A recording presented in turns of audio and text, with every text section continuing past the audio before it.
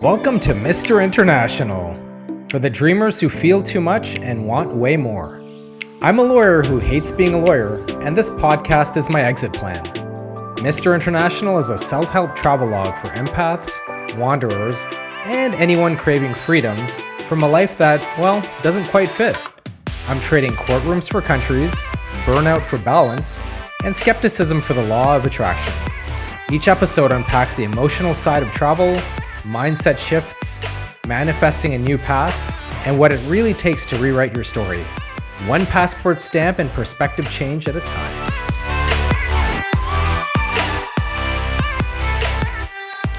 What is up, everybody? Mr. International up here in the Heezy. This week has flown by. It is Thursday, June 5th.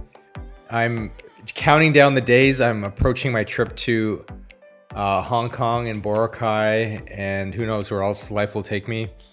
But I promised I was going to push myself to do this podcast every day, and then life keeps happening. But no excuses, or excuses be gone, as Wayne Dyer says. It's 8:40 in the morning, and I have a meeting at 9, but I'm going to prioritize doing this because I had a lot of things come up, and I wanted to talk to you about them. And yes, I still need to talk about my Turkey trip to you guys. So briefly, if you remember those psychotic bankruptcy clients that were just harassing me, asking me the same questions repeatedly, husband and wife, never leaving me alone, and then wanting their court filing fee to be returned to them, which would render it impossible for me to file their case, obviously, because they're that dumb. After I gave them the filing fee back, and then they started harassing me. You're going to love this. This is why my last episode on boundaries is so important. So after I gave them their money back, I shouldn't say their money back, the money back that they paid me for the filing fee. Then they wanted the money they paid for the credit report. They wanted that back too. And it's like, dude, you can't. This is a very important lesson for you. When people are not paying for your time and they're not paying a lot for it, psychologically, they don't value you or your time or anything you do. That's why I've always found, like clockwork, and every other attorney, and even in the service industry, anybody you meet in these industries, it's always the same equation. And it took me years to put two and two together. And that is, the people that pay you the least respect you the least. It's not like a one-off thing. I mean, when I first started doing bankruptcies, which, thank God I've moved away from, my goal was to be the most competitive guy and be like, I'm going to be the fastest guy responding to the phone because no attorneys ever answer their phone. That's a big complaint. I was going to charge, $899 to a full-on bankruptcy, for somebody with my skill set. And over time, every now and then a client would come in that was a referral, and I would charge them, 2 or 3 times that amount. And the funny thing is, the clients that I was charging $900 to, they would call all the time. They would be mad if you didn't call them back in a couple hours. They would want to meet in person just to ask you like 2 questions, which they could literally ask you on the phone, because they weren't paying an hourly. So for those of you that might be confused, since I'm an attorney, there's some areas of law like bankruptcy where, generally speaking, the services aren't per hour, which, now I kind of like reserve the right to do that if the client becomes picky, or a bitch is what I should say. But because it's flat fee, and it's a low flat fee, these people have no problem spending $30,000 of American Express or Macy's or Visa's money. But as soon as you want to charge them $900 to get rid of this big mess they're in, they're like, oh my God, that's so expensive. But they didn't seem to have a problem, even racking up $100,000 of credit card debt, doing who the hell knows what with it, right? Anyways, before I go on a tangent, the clients that paid the least, they'd always harass you and whatever. They think you are their slave. And then the clients that would pay a lot more, you'd never hear a word from them.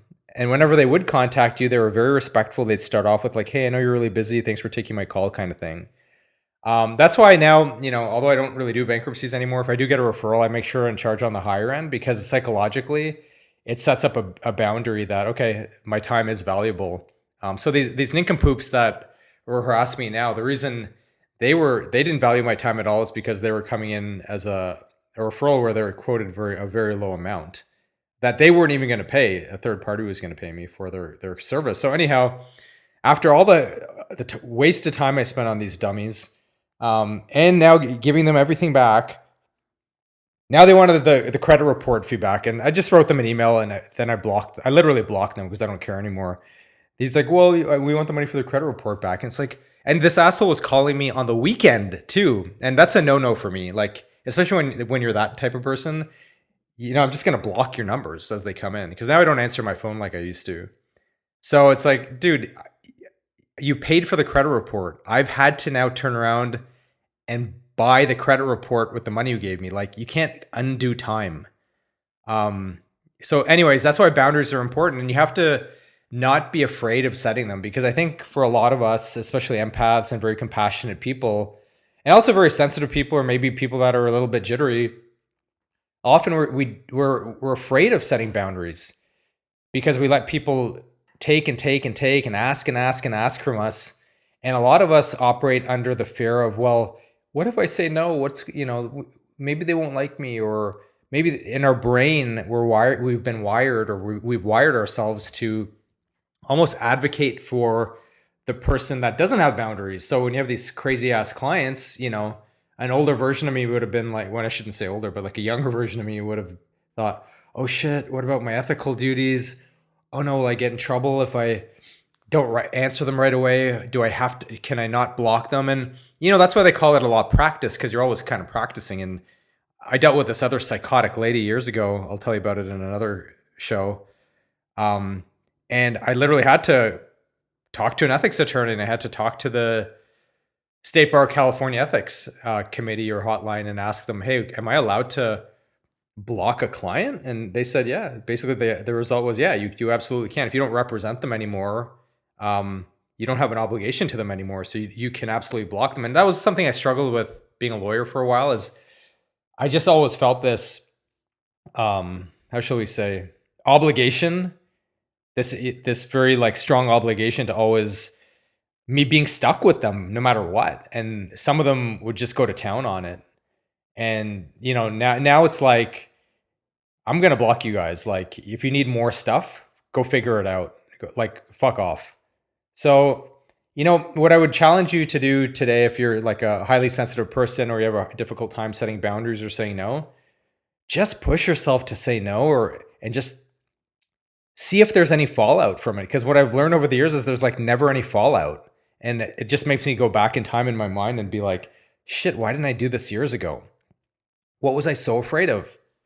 Because as I've said before, the worst case scenario never happens. And if it does, it's like not nearly as bad as you ever think it is. So, it's easy to say, don't be afraid. But, there are hormones and chemicals in your brain and your body that are going to flow and put you in fight or flight mode in a lot of situations in life. And when you live in bigger cities and you're in certain industries, your brain starts developing in a way that rewiring, if you will, I think they call it neuroplasticity, where your brain starts physically changing.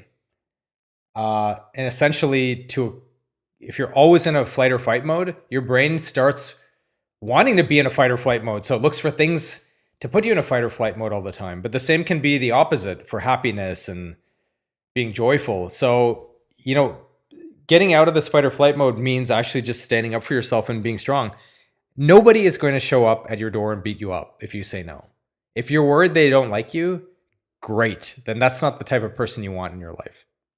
So that's what I wanted to say about these dummies from last week. They were still haunting me. And I think yesterday, I didn't really look into my emails closely, but even yesterday, believe it or not, I think I saw another email come in from this dummy, and I just didn't even bother opening it because I think he has like 5 email addresses. So it was obviously one of the ones I didn't block. So that's all I wanted to say about that. It's finally time I talk a little bit about my Turkey trip. So I did go to Turkey for a couple of weeks using a tour company, but I want to talk in depth about the trip on my next show. Psych! I fooled you. Yeah, so that's that. Oh, one other thing about not being afraid. We had this other client who, it's not even the client, it's a family member that keeps harassing us about the client's case. And we were only letting them in on the loop because the client authorized us to. And the person who's not even the one who has the case with us, who's not getting a dime from their case, is emailing us, how come we're not hearing from anybody, even though we've been ad nauseum or consistently calling the actual client to give them updates and tell them their checks in the mail. This asshole ends up sending an angry email to us. So I literally just wrote an email to the actual client saying, hey, can you tell this guy to stop calling us? And by the way, your check's in the mail. Have a nice life. And it's like, dude, but I couldn't do that before. Before I would have sent this nice mail. Oh, we're so sorry. There must be miscommunication. Now there's nothing. Now I'm just blocking you because you're not the client, and I'm going to tell the actual client to tell you to F off. So that's that. Things are going to get a little, inconsistent with my upcoming travels, but I am going to absolutely do one on my Turkey trip. Not today, but tomorrow. Holla!